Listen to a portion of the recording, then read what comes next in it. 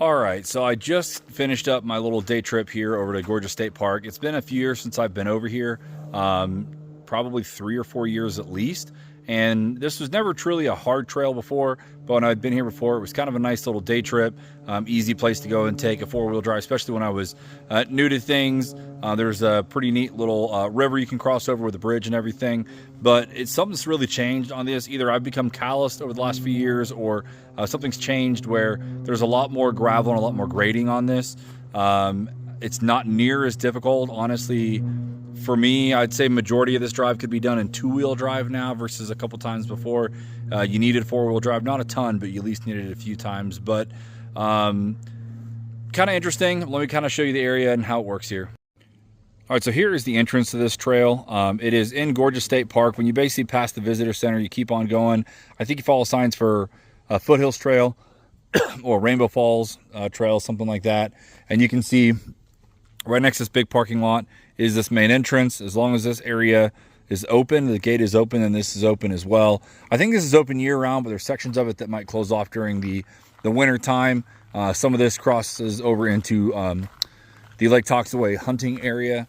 You can kind of see here from the sign some of the basic rules.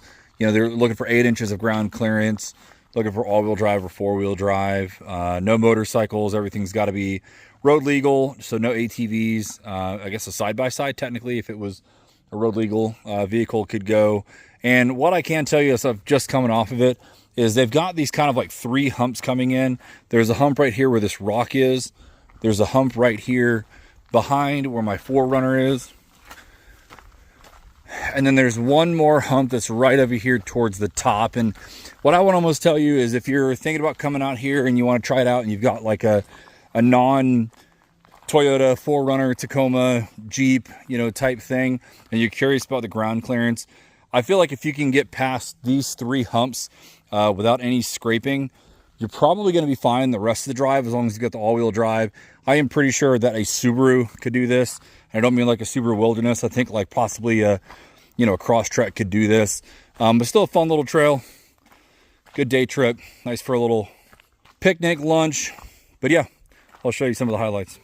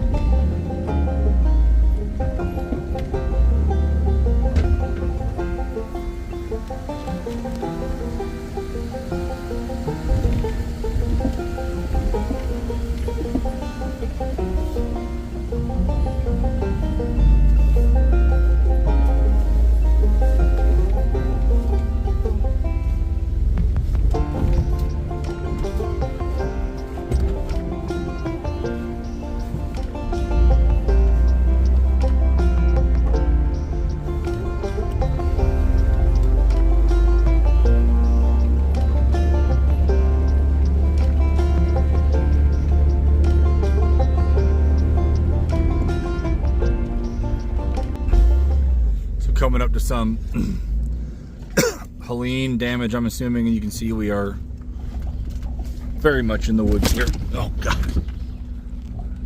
that was a bigger drop than I thought it was going to be.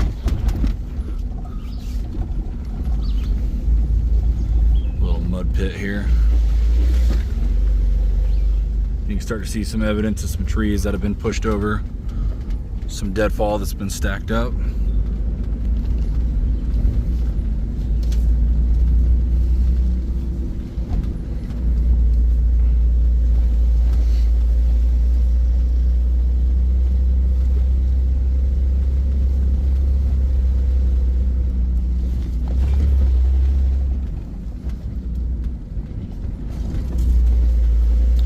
Never been on this trail before. I think it's mostly just a hunting road or a forest road for forest fires, fighting, stuff like that. And maybe they've started doing a bunch of work in here after the storm because of the fires that were going on a couple months ago.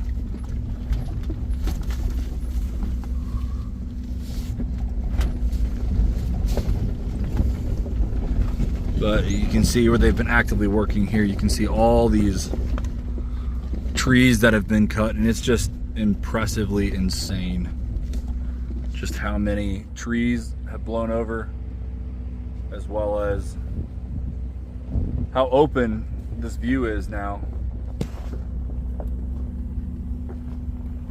Normally you can't see anything once you're in here.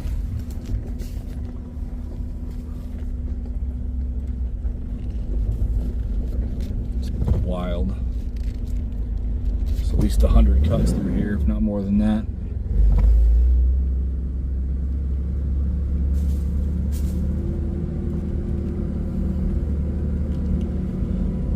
Now I think some of this might just be stuff that's stacked up. If you look at all the big cuts, you still get an idea of everything that's blown over right here.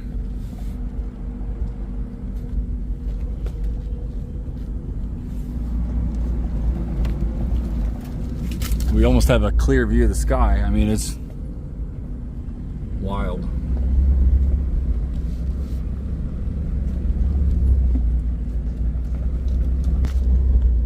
My guess is we're probably on a ridge line too, and maybe that's why this area took a bit more wind force, as it's right at the edge. Because it looks like you can see some mountains over there as well.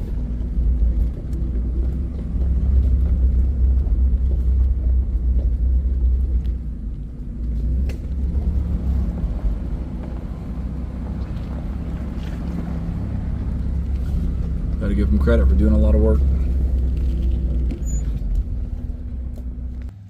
I don't know if video is truly going to do this justice, but you can just see, I think this is just an access road. I don't think this is ever truly open to the public, this section that I'm standing on here, but you can just see all this deadfall, all the trees pushed over, trees cut off at the top, blown off, blown over. All this stuff piled up here.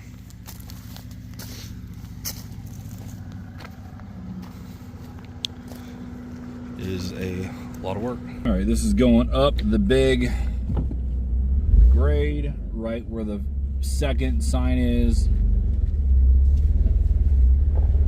Could probably do it in 2-wheel drive, but out of respect for all this gravel they put down, we'll do it in 4. This is probably the halfway point if you're just going to the river.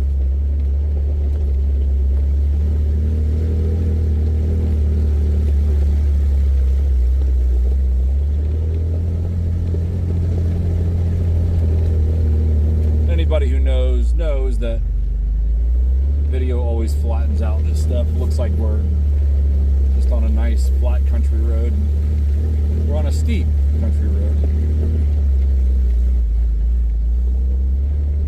This used to be a lot muddier though. I don't know, it's probably 3 or 4 years ago I was here last. There was none of this gravel, and you can hear in 4-wheel drive, we're not even really slipping any tires. Packed down pretty good by this point, but it was a lot of mud and roots and kind of loose dirt, so it added a sense of drama to this hill climb. because even in four-wheel drive, you can have a little bit of slipping and sliding coming up this mountain.